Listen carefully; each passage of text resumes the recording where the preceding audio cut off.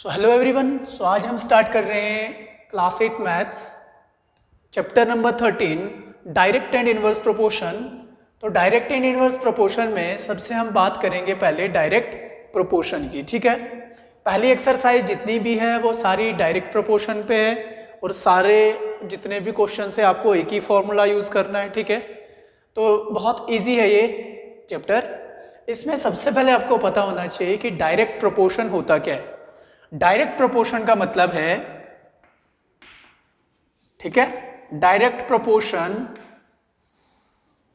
का मतलब क्या होता है कि अगर आपके पास दो क्वांटिटीज है, मान लो यहां पे आप पार्किंग चार्जेस है और नंबर ऑफ आवर्स हैं। ठीक है, अगर पार्किंग चार्जेस जो यहां पे हैं वो भी क्या हो रहे हैं, इंक्रीज हो रहे हैं, तो नंबर ऑफ आवर्स भी क्या होने चाहिए, इंक्रीज।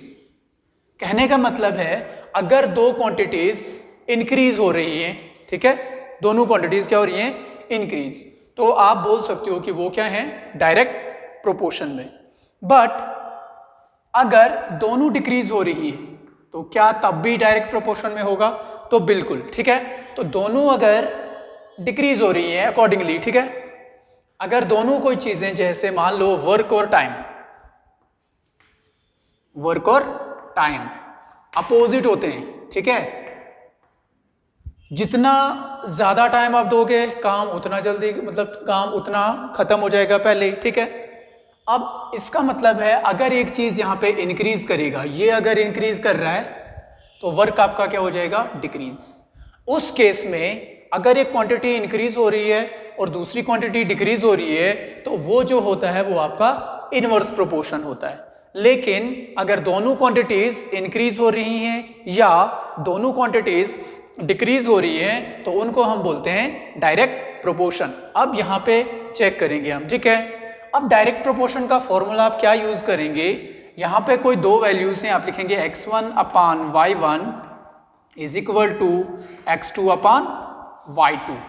मतलब डिवीजन जो होगा इनका वो क्या होगा, कांस्टेंट, मतलब इक्वल। तो अगर यहाँ पे भी इनका जो डिवीजन हम करेंगे, दो क्वांटिटीज का जो आप डिवाइड करोगे, अगर वो दोनों इक्वल आते हैं तो हम बोलेंगे ये डायरेक्ट प्रोपोर्शन में है। अगर इक्वल नहीं आता है तो ये डायरेक्ट प्रोपोर्शन नहीं होगा। तो यहाँ पे चेक करते हैं, पार्किंग चार्जेस यहाँ पे 60 और यहाँ पे नंबर ऑफ आवर्स 4। ठीक है, चेक कर लेते हैं। मान लो C1 निकाल रहे हैं, C1 है charge per hour, charges per hour C1 में ले रहा हूं तो क्या आ जाएगा, देखिए x1 का वैल्यू कितना है 60 अपान और y1 का वैल्यू कितना है 4, मतलब यहां पे आपने डिवाइड करना है। ठीक है, 60 अपान 4 कितना आएगा 15। ठीक है, ये रुपीज में आएगा। ठीक है, चार्ज है, मतलब 60 यहाँ पे पार्किंग चार्जेस जो है वो 60 रुपीज है और नंबर ऑफ आवर्स कितने हैं 4। ठीक है, इसका मतलब एक आवर में कितने रुपीज आपको देने पड़ रहे हैं 15। C2 निकालते हैं, यहाँ पे 100 और अपान में 8, अपने 8 आवर्स में 100 रुपीज दिए हैं। तो यहां से पता चल रहा है, देखो 4 को 2 से मल्टीप्लाई किया तो 8 और यहाँ पे 60 को 2 से करेंगे तो 120। सिंपल सी बात है, ये डायरेक्ट प्रोपोर्शन में होगा ही नहीं, आगे फिर आपको चेक करने की जरूरत नहीं है। यहां पे करेंगे तो कितना आ जाएगा, 8 1 जार 8, 2 बचा। ठीक है, 8 2 जार 16, 4 बचा, सो 8 5 जार 40। अब यहां पे देखिए, यहां पे एक आवर में आप दे रहे हैं 50 रुपीज और यहां पे दूसरे आवर में, मतलब वो भी एक ही आवर हो गया, कितने दे रहे हो 12.5। क्या यहाँ पे C1 और C2 इक्वल हैं? x1 upon y1 is equal to x2 upon y2 है? बिल्कुल भी नहीं है।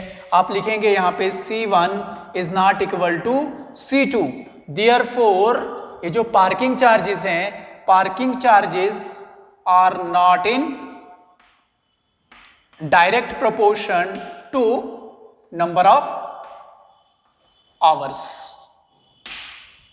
ठीक है, बिल्कुल इजी है, आपने डिवाइड करके देखना है। अगर डिवाइड करके यहाँ पे भी उतना ही 15 आता, यहाँ पे भी 15 आता, यहाँ पे भी 15 आता, यहाँ पे भी 15 आता, तब जाके ये जो क्वेश्चन आपका है ये डायरेक्ट प्रोपोर्शन में होता, क्योंकि दोनों इंक्रीज हो रहे हैं। ये देखो, अगर 2 से मल्टीप्लाई करिए, यहाँ पे 4 + 4 8, यहाँ पे 60 + 60 कितना होना चाहिए था 120, लेकिन नहीं है 100 है, इसलिए ये आपका जो क्वेश्चन पहला है ये पार्किंग चार्जेस और नंबर ऑफ आवर्स जो हैं वो किस में नहीं है, डायरेक्ट प्रोपोर्शन में नहीं है। क्यों?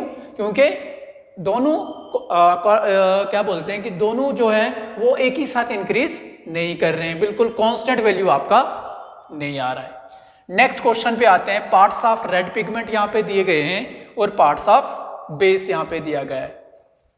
पार्ट्स ऑफ रेड पिगमेंट कितना है 1 और उसमें बेस कितना डाल रहे हैं 8, ठीक है। फिर 4 में कितना डालेंगे, 7 में कितना डालेंगे, 12 में कितना डालेंगे और 20 में कितना डालेंगे। यहाँ पे क्या लिखूंगा, here parts of red pigment, ठीक है, मैं यहाँ पे शॉर्ट में लिख रहा हूं parts of red pigment and parts of base are in direct proportion, ठीक है, are in direct proportion. So क्या होगा यहाँ पे, देयरफॉर आप लिख सकते हो, मान लीजिए इसको आप लिखोगे x1, x2, x3 और x4, ये चीजें आपको निकालनी है। ये x1 भी निकालना है, x2 भी निकालना है, x3 भी निकालना है। कैसे निकालेंगे, एक ख्याल यहाँ पे जरूर आपको रखना है। अब आपको x1 की जरूरत है तो आप क्या लिखेंगे, x1 ऊपर अपान क्या लिखेंगे 4, ठीक है। जिस वैल्यू को निकालना है वो ऊपर और जो ये वाली वैल्यू है उसको नीचे, इज इक्वल टू, यहां से आप क्या किया, आपने नीचे से ऊपर की तरफ गई, ठीक है। तो यहां पे भी नीचे से ऊपर की तरफ जाना है। अगर आप ऊपर से नीचे की तरफ आएंगे तो फिर गलत हो जाएगा क्वेश्चन। तो x1 अपान 4, मैंने नीचे वाला पहले लिया, जो निकालना है वो पहले लिखेंगे आप। x1 upon 4 is equal to क्या जाएगा 8 अपान 1, 8 अपान 1। अब यहां पे क्या होगा, this implies x1 is equal to, किसके इक्वल आएगा, 4 यहां पे है तो जब क्रॉस करोगे आप इसको, क्योंकि इक्वल टू में है तो 4 डिवाइड में है, कहां जाएगा मल्टीप्लाई में। So 8 into 4 that is equal to 32। तो x1 का वैल्यू कितना मिल गया आपको 32। सिमिलरली अगर आपको करना है x2 की वैल्यू अगर निकालनी है, ठीक है, x1 निकल गया ना। अब अगर आपको x2 की वैल्यू निकालनी है तो क्या करेंगे आप,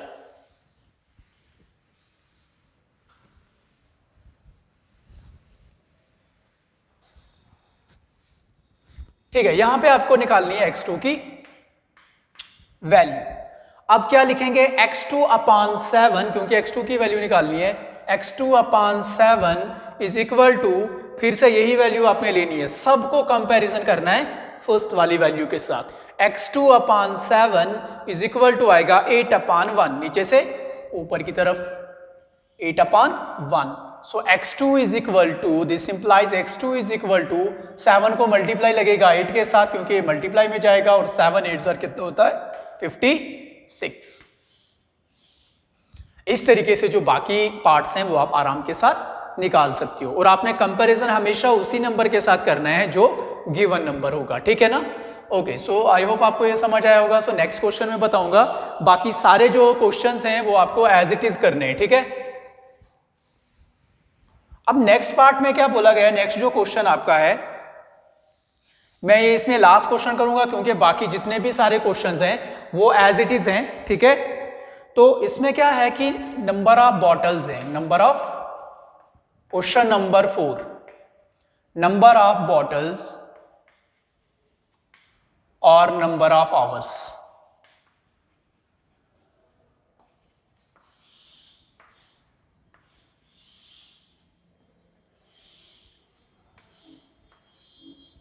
अब नंबर ऑफ बॉटल्स हैं 840, कितने आवर्स में वो बना रहे हैं 6 आवर्स में। एक कंपनी है वो 6 आवर्स में 840 बॉटल्स बना रही है, और आपको बोलना है कि 5 आवर्स में, तो 5 जो दिया गया है वो आवर्स में लिखना है, 5 आवर्स में वो कितनी बॉटल्स बनाएंगे, ठीक है। क्या लिखेंगे, x1 जो निकालना है उसको x1। Number of hours, 6 hours में 840 बॉटल्स, और 5 आवर्स में आप कितनी बॉटल्स निकालेंगे, क्या रखेंगे x1। सिमिलर है यहाँ पे, 6 आवर्स में अगर 840 बनाते हैं तो 5 आवर्स में कितने बनाएंगे, ठीक है। वही कंपनी 5 आवर्स में कितनी बनाएगी, या जो मशीन है जो 6 आवर्स में 840 बना रही हैं बॉटल्स, 5 आवर्स में कितनी बनाएगी? कम ही तो बनाएगी, ठीक है, बिकॉज 6 में इतना तो 5 में उससे कम, तो दोनों क्या हो रही हैं? डिक्रीज हो जाएंगी, ठीक है ना। सो क्या आ जाएगा here number of bottles and number of hours are in direct proportion. So therefore आप क्या बोलेंगे? x1 upon 5। इस बार x1 का वैल्यू कहाँ है? ऊपर। So x1 upon 5 is equal to किसके साथ कंपेयर करोगे? ऊपर से नीचे की तरफ आए हैं, सो 840 अपॉन 6, यहां पे भी ऊपर से 840 divided by 6। So x1 is equal to 5, फिर से डिवाइड में आगे जाके मल्टीप्लाई में जाएगा, so 840 into 5 upon 6। So x1 is equal to 6 से इसको डिवाइड कर लेते हैं, ठीक है। सो 6 1s are 6, कितना बचा 8 में से? 2 हो गया 24, 6 4s are 24 और 6 0s are 0, तो कितना आ गया? 140 into 5। So x1 is equal to 14 into 5, 14 into 5 70, ठीक है, और 0 यहां पे है तो 0 लगा दो। तो x1 था क्या? Number of bottles. सो आप लिखेंगे therefore number of bottles are 700, ठीक है। तो 5 आवर्स में कितने बनाएंगे? 700 बॉटल्स, ठीक है। 6 आवर्स में बना रहे थे 840, तो 5 आवर्स में कितने बना रहे हैं? 700, ठीक है ना। सो आई होप आपको ये क्वेश्चन समझ आए होंगे। नेक्स्ट जो क्वेश्चंस हैं वो आप खुद ट्राई करेंगे, क्योंकि as it is same formula आपने यूज करना है, तो सारे क्वेश्चंस आपको निकल जाएंगे, ठीक है ना। सो नेक्स्ट वीडियो में हम बात करेंगे आपके इनवर्स प्रोपोर्शन की। So thank you.